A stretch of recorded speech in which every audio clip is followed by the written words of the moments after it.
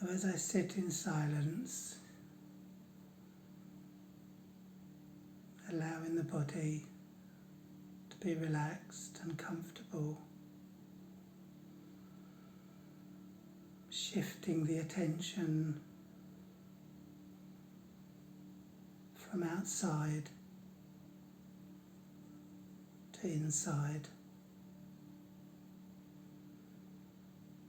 putting a full stop on the past and being in the present moment, letting go of the past, forgiving and forgetting everything of the past, imagining that there are no problems in my inner world, that everything outside is outside and everything inside is cool, peaceful, separate, cared for, and serene, forgetting every actor who's playing their role in the outside world. The only relationship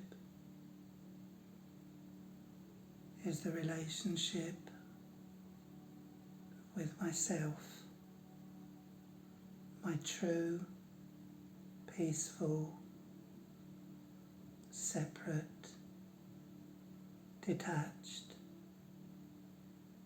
cool, controlled, strong but gentle, having a relationship with my goodness, my kindness and my lightness, setting aside everything else that I know about myself that is not connected to goodness, kindness, peace and power. Being the self, the true introduction to the self, is the kindness and the goodness of a big heart, a strong heart, a loving heart, and a heart that is filled with nothing but good wishes. The good wishes for me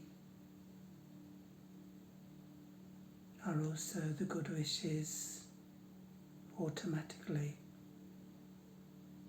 for everyone else. So I sit in the moment that repairs all the moments of my past, making this a magic moment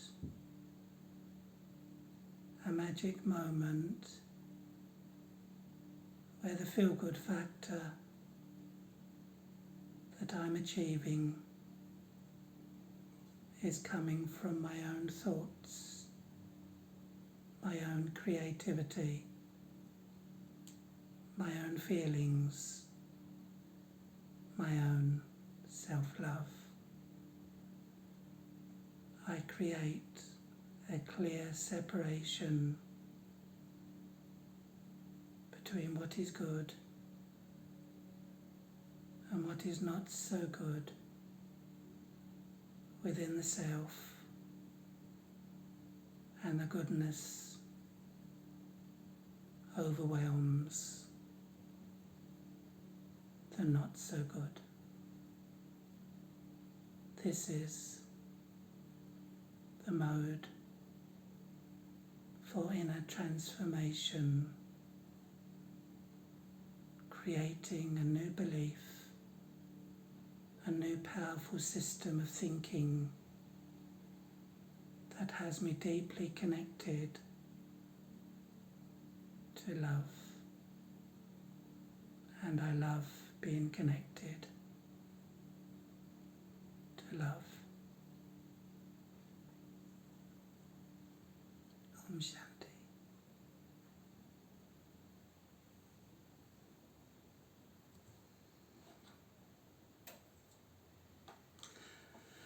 Om Shanti, Om Shanti.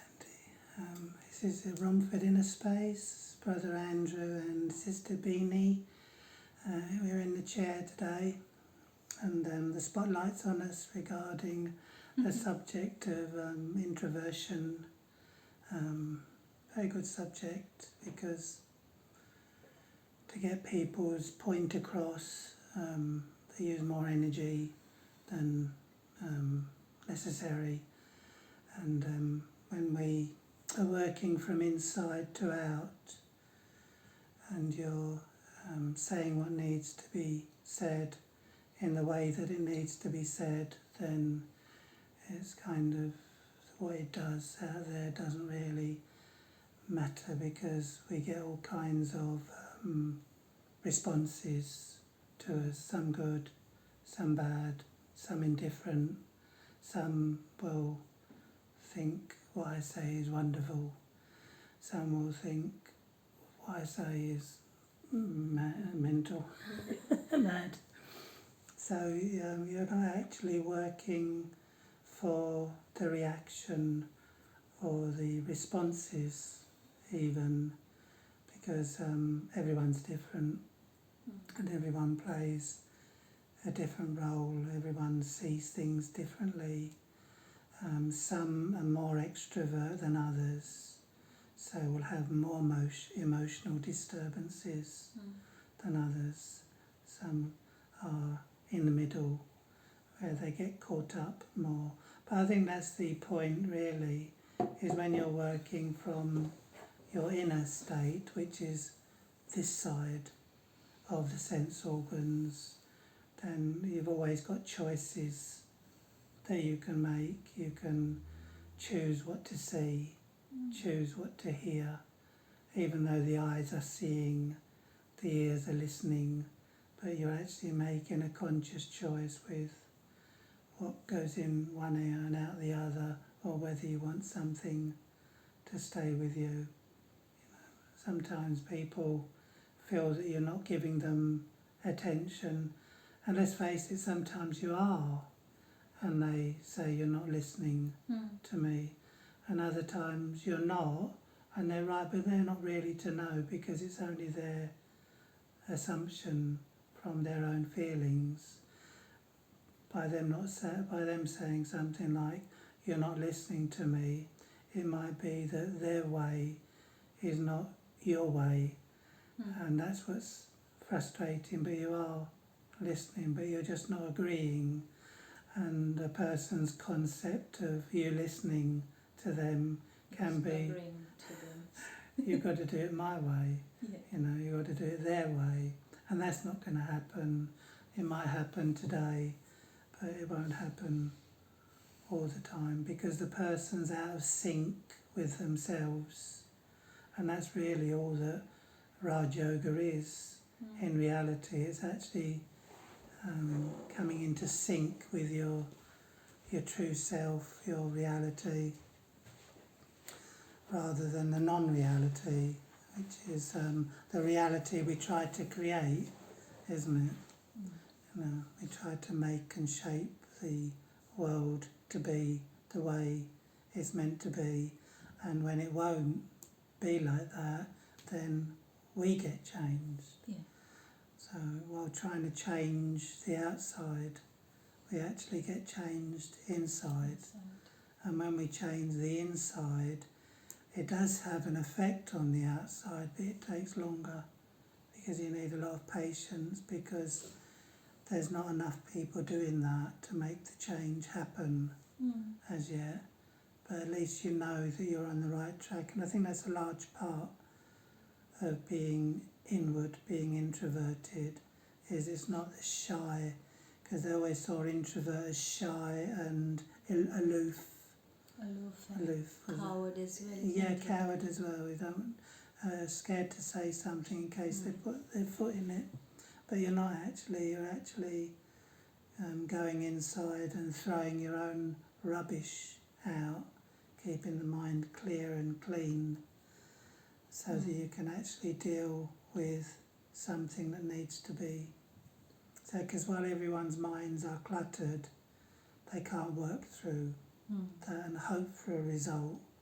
That's right, yeah. It just becomes more frustrating, doesn't it? In that situation, how would you go, introvert? Well, you're lessening, if not completely, but you're lessening the thinking of others, which has always been the no-no in this world, isn't it? Yeah. Where if you don't think of me, I look on you as an uncaring person.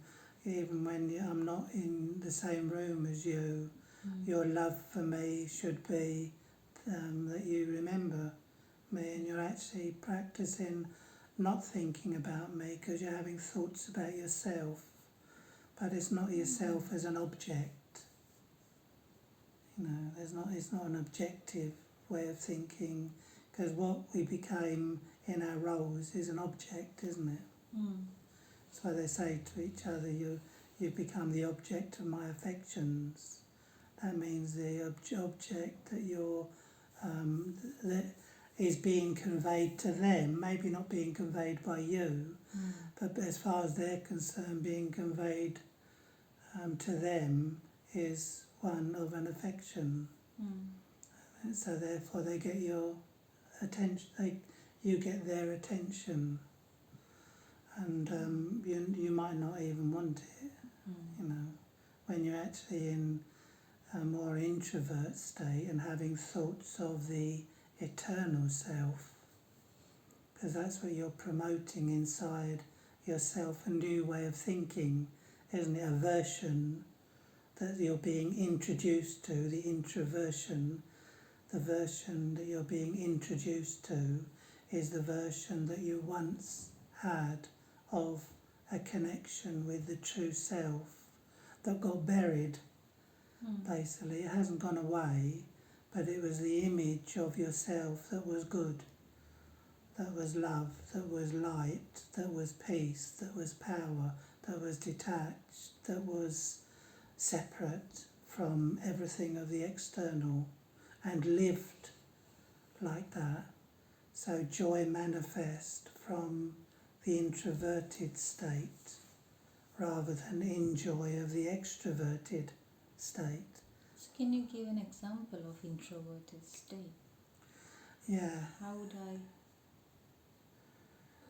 recognize, how would I know that I am or you are introverted? Well, it's a connection of the good qualities that you look for in others. So the thing that's looking for those good qualities are the good qualities. Okay. Yeah. So whatever you look for, like, you know, when you see a man's arrogance and when you see a man's humility, you know, there's a pull towards that humility, isn't it? Yes. So that humility is you. Not. Yes, that's the real you. That's identifying itself, but I'm working on the eyes of an external nature, and they're actually being manifest of an internal. When you see your grandmother and the sweetness of a grandmother, you know, and that sweetness is you. There's no difference between you and your feeling. the introvert soul would recognise that, the extrovert soul wouldn't. And what about if I see arrogance in someone? That's also, I'm actually projecting, that's being projected So I'm from the self. introspecting my negativity and positivity both. Yes, absolutely. But I'm looking at me, not anyone else outside. That's what it is. Yeah, you've got a clear separation of what's reality to do with truth and what's to do with the falsehood that I've acquired. So I've acquired falsehood. I've acquired the arrogance I see. I first acquired it to protect myself, thinking it was a protector. Because obviously if it didn't have a feel-good factor, I wouldn't have.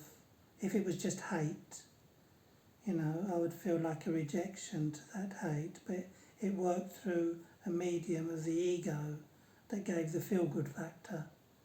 So the anger and the despair and the hatred, which eats us up inside, that came through the medium of ego. So I saw the ego in others, but I'm actually seeing myself.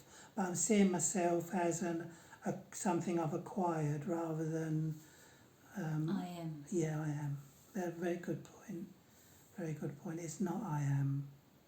This is I am, the humility that lies behind the arrogance that makes me feel uncomfortable about the arrogance. Two things going on, isn't there? The humble me, which is makes me feel good, and the thing that I use, the arrogance, that makes to feel. But the arrogance is not making me feel discomfort because I'm not the arrogance.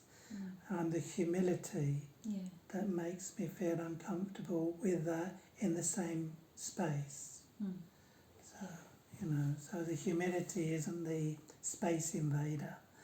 The actual arrogance is the space invader. I think that's quite good, isn't it? So even if if I see arrogance in you, so that I'm going inward and thinking, oh, it's my arrogance, so I'm seeing you through my own glasses. Filter, yeah. But then I have to understand that I'm not that arrogance. Yeah, you're not the filter. My humility telling me that I don't feel very good with this arrogance. Right. So I think and that's also very your good, peace, isn't it? Because your peace is actually being disturbed by that person's arrogance. They're showing me my ego, which is making my peace feel uncomfortable. So now I'm shifting away from thinking of them.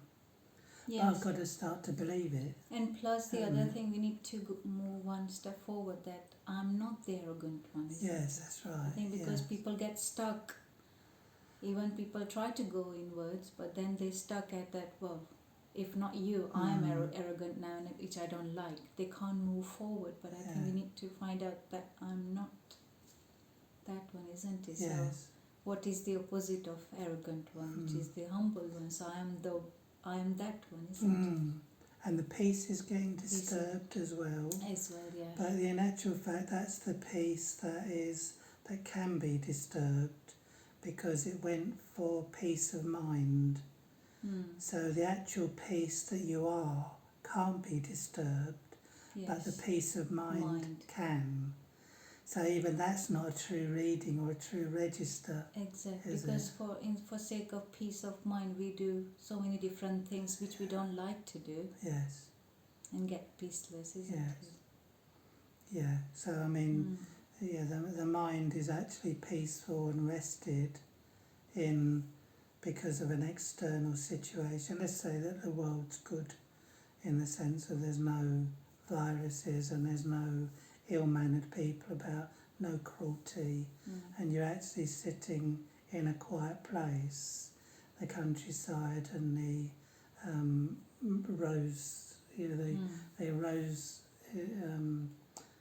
rose-coloured cottage by the river, by the pond, and you're in your element, and you've got that kind of the way that they project it in pictures, and they capture that peaceful environment, And even if you're sitting in that peaceful environment, that was the illusion, was that your peace of mind was in sync with your true nature of peace.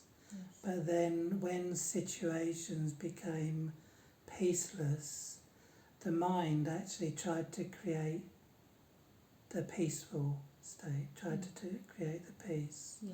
And because it became a desire, it took me further away from my own original. So I should actually, to change my desire to have peace of mind, I should change the desire to have a stronger awareness, a desire that is second to none, no other desire, to have my true inner, eternal, peaceful nature as clear and as comfortable with me as it once was. Because that is quite illusionary, really, when people try to make their mind peaceful at the information that the mind receives. Because they won't be peace, they'll be out of sync with their true peace, trying to make their acquired peace, peace of mind. Well, we always use that word, peace of mind, don't we? Peace of mind motoring. Yes. It's a peace of mind. This gives me a lot of peace of mind, this relationship. That means it's based on conditions. If the condition is met, then I've got a peaceful relationship. If it's not, my peace of mind can't actually control the destiny of that relationship. That's right, yes. So it crashes, don't it? And both sides are thinking the same thing, that you give me peace of mind, I give you peace of mind, in the environment we're in is giving us peace of mind. And it does actually help, because the actual self is so out of sync with its peaceful nature. It doesn't feel like peace is moving me, peace is making me do these actions. It's not like You're that. always Chasing rather than moving, trying to move towards it rather than it moving us, isn't it? Yes. So I quite love this subject of introversion, because it's the soul that's actually realising, or the self that's realising that I've got a choice with how I use the sense organs of the body, and also how I use my mind, and whether I need to use the energies of my mind. Exactly, yes. Yeah, that's another outcome as well, isn't it? Because by doing the introspection, you save your energy. Yeah. If you come in front of me and you need to know something, and I know what you need to know, and I'm not talking about where you can buy the best oranges or anything, but something as a life solution.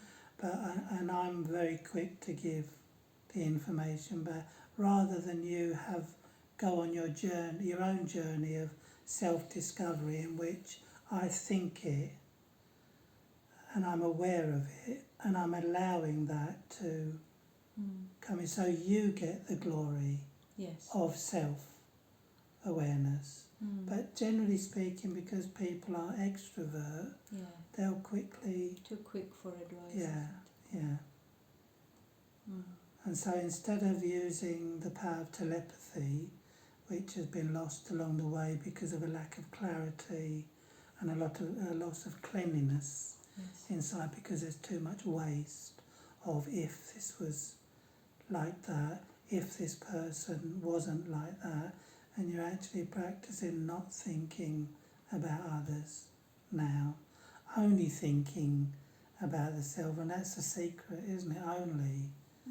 If you remember, only, one only, and the one is in the only, just one single being I'm going to think about, and that's my own self, but the immaculate self, rather than the one that's connected, that other people have helped me connect to that, because that's the programming, isn't it? Mm.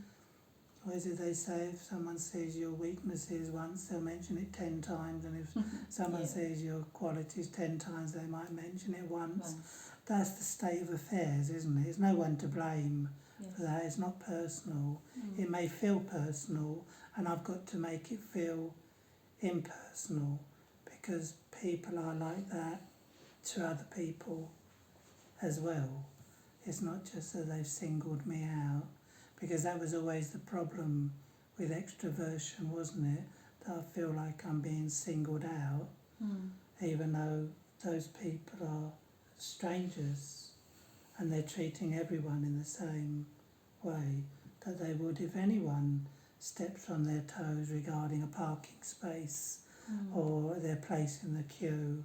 All these things are completely of no consequence, have become a major consequence to, you know, if their idea of love and kindness doesn't work with their idea, not the real love and kindness, then they'll choose a more officious, aggressive way and acquire a false nature because of it, because they're using law when they don't need to use law. Maybe love's actually only understood 15%, 5%, would 15% probably being generous, you know, probably 5% more likely, and because they're calling that love and kindness and being showing respect, but in reality that's 5% of their energy was geared towards that, and the other 95% is I had to show them, I had to tell them, I had to make it known to them, and all they're doing is making the second nature that they've acquired through extroversion, through lack of understanding, more powerful. I don't know, can it get to the point where it's more powerful than the original nature? Possibly, because a person could get lost in the second acquired nature because they're already calling it a nature. And even accept it fully as well, that this is me. The belief would do the rest, wouldn't it? This is me. A favourite saying, isn't it? Yeah. This is the way I am. I've always been like this. Yeah. Favourite sayings. They're saying that's my true nature and I believe in it still. I know I'm angry. I know I'm arrogant. I know I'm full of ego. So people accept it. That's They do. they do or they are, and nothing they can do about it. If you like it, if you don't like it, then still your problem, isn't it? It's like that, and just leave it, and then never try to rectify It reminds me of that story actually, where the eagle lays one of its eggs in the chicken's nest, and it hatches. And it's a little eaglet, I think that's what they call them, isn't it? An eaglet walking around with the chickens. He thinks And that he's a chicken. and it points up one day. I don't know how they point. I think I don't know if they do it with their wing or their. And he points up and he says, he said, "What are they?" And the other chicken said, "They're the birds that fly. We're the birds that walk. We're not meant to fly. They're not meant to walk like this." And so he lives his life like this and doesn't realise he can actually fly because his belief has been from birth. And in a reincarnation, our belief is like that from birth, carried over from a previous. Yes. And we're breaking actually a false connection that appears to be a very strong connection. It's not just doesn't the it? one birth connection, Yeah. really. It's just, or belief even. And the moral of that story is don't listen to chickens. That's a beautiful moral. How do we develop the art of introspection? Do we have to start with sitting in the solitude and We we do. have to start, isn't it? Because we can't just start straight away because we don't have the power No, that's right. to go inward. And what one of our senior sisters was saying, that once you start putting that energy into sitting in solitude purely to get to know yourself, everyone around you will start to become cooperative in making it happen for you. So someone will come out to look after the baby, someone will come out to do some of the work, because what is a pure It is desire. a pure wish, pure. as a pure wish or pure desire, isn't it? And that will be fulfilled by hook or crook, isn't it? It is like that. And it's actually a flawless way of seeing what's pure and what's impure, because whenever it's impure, there's always something that interferes with its destiny. Whereas whenever it's pure, there's always people around that help towards its destiny, which is a nice to know and a need to know, isn't it? Yeah, and the other thing as well, in solitude, we have to remember Baba as well, isn't it? Because I don't think, if I have accepted myself as a arrogant, angry, greedy, all these labels I already have. Yes. Only God can remove those labels and let me go inwards, isn't it? Otherwise, how would Good point. I can't think of me being good, straight going inside. I need some help. Yeah. So you'd actually be probably the child of God that's inheriting the same nature with the same vision that He's got. Yes, so I need to know God, what His quality, how to keep to be repeating. the child of that Child being. of that quality. Yeah. Yeah. And actually not taking it at face value, because God is so much of a used word now, but we're talking about a power that is very transforming and doesn't relent until the transformation is done. And that's the power that that we call the Almighty Authority. That's what I was about to say. Was That it? if we think that He's the telepathy. Almighty, Telepathy. if He's Almighty Authority, then I have to feel that He is Almighty, Yes. and Yes. He is taking care of me, and then I can move forward, isn't it? Because if I just say that God is Almighty and don't believe in it, then He's not going to do anything for me. No, there's the faith. It's the faith in that power that works for us. That power's always been there. That was always my question as a child. If God is so powerful, why can't we feel it? And it's because we're geared, like the butterfly is playing the role of the chrysalis. He's not playing the role of the butterfly. So he's actually, the imaginal cells are only functioning when and the imaginal is like imagine yourself to be in a higher dimension now, and that shift away from the chrysalis way of thinking to the imaginal cells that can't actually be attacked by the antibodies because they're vibrating at a different pitch, which is really lovely way of thinking. And that's why, but my religious education teacher, when I was at school, he never explained that to me, why we can't feel God's power. It must be immense. Well, I learned that if you're being a bad girl, then God won't help you, or God won't be there for you. So that's straight away I'm closing the door for God to enter in my life. Making it a human God, isn't it, like that? Yes. Whereas an all-loving being that is constant in its oceanic qualities. Yes. It's for me He's to ever become... forgiving. Yeah. As well, isn't it? It's more about me becoming the master ocean awareness, isn't it? Because I'm connecting to my true nature, which is master ocean, oceanic, of goodness and kindness and power and love and all the good things we talk about, but we're in danger. The more we talk about them, the less effect they have, because talk is cheap, isn't it? Yeah. You know, whoever does it, it's like the parrot, isn't it, when he was taught not to sit on the tap. No, but Like here I'm talking to myself only, isn't it? Yeah, I'm strengthening my awareness of the goodness. And the more I feel is the better for me, because I think that's the difference between introvert and... Isn't it like that though? I mean, when you actually think of a cancer, they tried to cut out the bad cells from the good cells and leave the good cells. Unfortunately, chemotherapy kills both. Both, yes. But you know, in reality, what the person's trying to achieve is cut out the bad. But the person had to have cancer before they realised they were bad cells. But in reality, the soul, the human soul is already carrying that in their programming. Yes, That which this is the births of beliefs, isn't and it? taught and learned, Yeah, taught as parents and learned as children. yeah, So exactly. it's a never-ending thing. And then when we went to the temples and we went to the churches to see the Virgin Mary and went to see the deities, we went to see angels, and all those feelings that are getting projected when I see those things are my true nature telling me I'm still here. I'm still here, yes. Because I wouldn't have those feelings if they weren't there. The feelings aren't in the idol. Mm.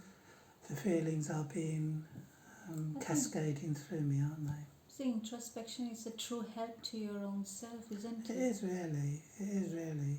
But Yeah. I mean, it's been working. You don't need to go to temples or churches, even when you feel someone really loves you and they work so hard for you.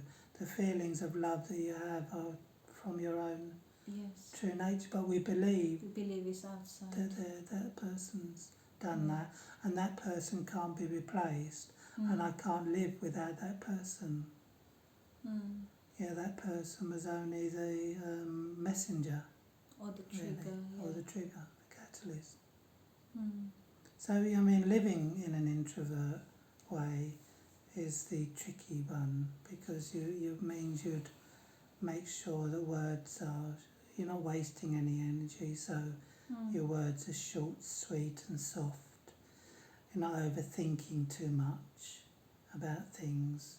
You know, when people really, they think and they think again about a person that keeps coming to their mind and everything, you're actually recognising that as a source of deprivation, degradation, taking me down into the lowest state of power, if you like, leaving me, rendering me helpless. And then when people tell me that I'm a good person, I'm not likely to be convinced too easily. Maybe I'll even be suspicious that they're being genuine. And so you get more side effects emerge purely because of thinking of others unnecessarily. So you're actually economising, really.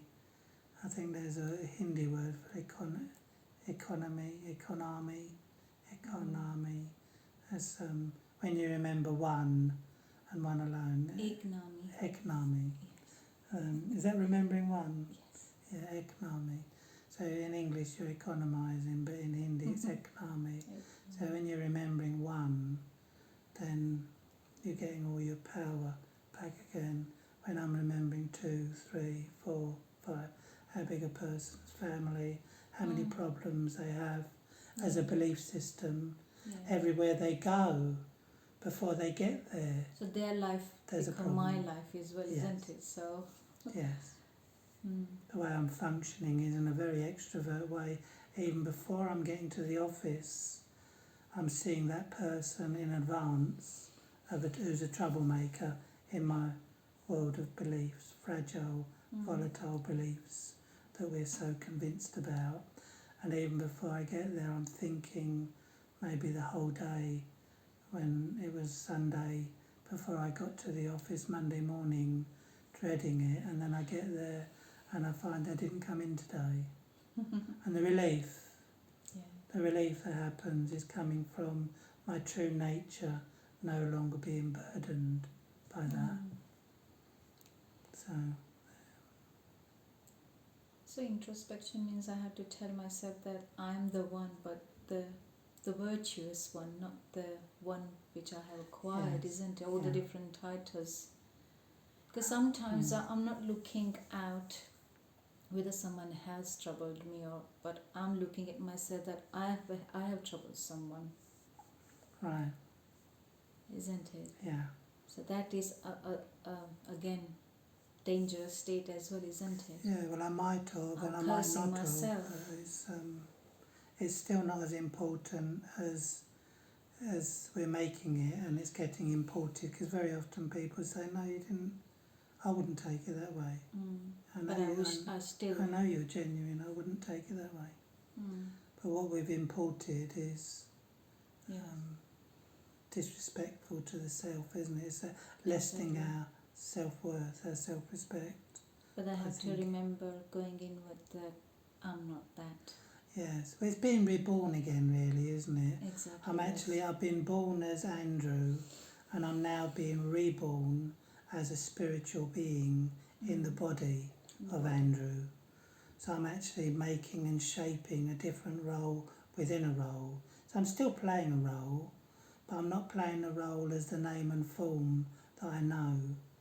I'm playing the role in the body of Andrew rather than as the body of Andrew. There's a big difference, isn't there? I'm only in this body of Andrew. So my past isn't actually a burden to me anymore in the body, but as Andrew, I'm in the body that's labelled. I'm making myself very clearly secular, disconnected from the label, because as Andrew, I've got the label which my past is always being interfered, my present is always being interfered with by my past, because as Andrew's past that I'm living with. But when I'm living in the body of Andrew, it's like the same feeling for you would be you're living in the body of Andrew and I'm living in the body of Beanie. It has the same feeling to me because it doesn't really matter what body I'm wearing, what costume I'm wearing, as long as it's not as that label. And it's always known, but it was never processed correctly, that the labels that we carry. So they took on it as, they sang songs about it, didn't they?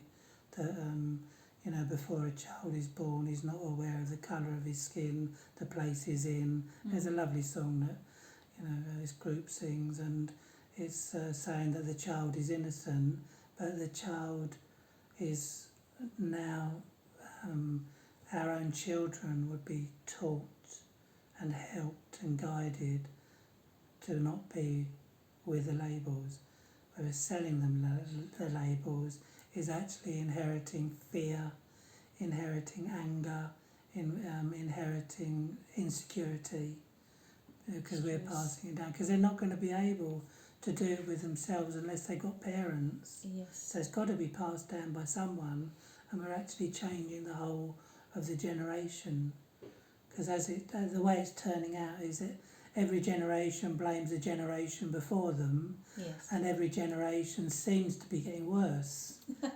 doesn't it, in the sense of morality? So obviously someone somewhere has got to put a stop on this and teach a different regime, whereby you're not those labels of the skin, the colour, the religion. You have no labels. See, even though I feel that if I done something wrong in my head, but I have to still put a full stop and carry on, rather than get stuck and keep whinging and moaning about my own behaviour. Yeah, because it's actually the strength that I've given it, which is dying, and you can see when something dies, it fights for its life before its death. So I've got to be aware of that it's only fighting to survive, because I've recognised it now. So you mean to say if I recognise my negativity, I will have more negative emotions? Well, I will make mistakes, and those negative emotions will also come out, as you say. So that's again, it's a process of introspection as well. This isn't will it come. Isn't it just? Yes. Yeah, I need to know. What is the subject? We won't do another meditation, I think, because it's 45 minutes now, so let's hope somebody somewhere took something, which is probably an extrovert thought, because someone will. They will take goodness from it. It's a fact of life, isn't it? No, I think this is really good art as well. I think this is the cure for all the problem. It can be the cure. Can be cure for all your problems, physical and mental, both. Absolutely. Om Shanti.